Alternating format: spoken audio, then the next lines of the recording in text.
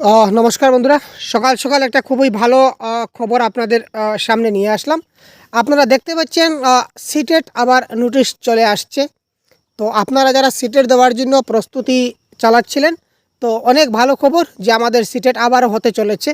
তো আমাদের 6 সেপ্টেম্বর 2026 ইংরেজিতে আমাদের সিটেট এক্সামটা অনুষ্ঠিত হবে।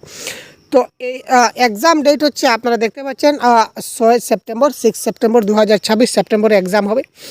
আর তা অ্যাপ্লাইটা স্টার্ট হয়ে যাবে, start of submission online application through CTET website 11/5 থেকে, অর্থাৎ 11/5 থেকে শুরু হয়ে যাবে এবং লাস্ট ডেট হবে 10/6।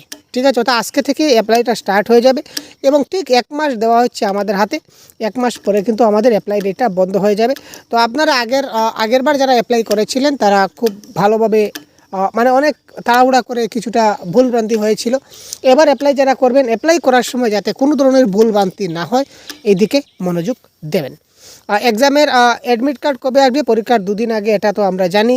কারেকশনের ডেটও দেওয়া আছে আমাদের 15 তারিখ থেকে 18 তারিখ পর্যন্ত। ঠিক আছে, তো যতটুকু সম্ভব কারেকশন না হলে যদি হয় তাহলে খুব ভালো, এই ধরনের আপনারা দেখবেন।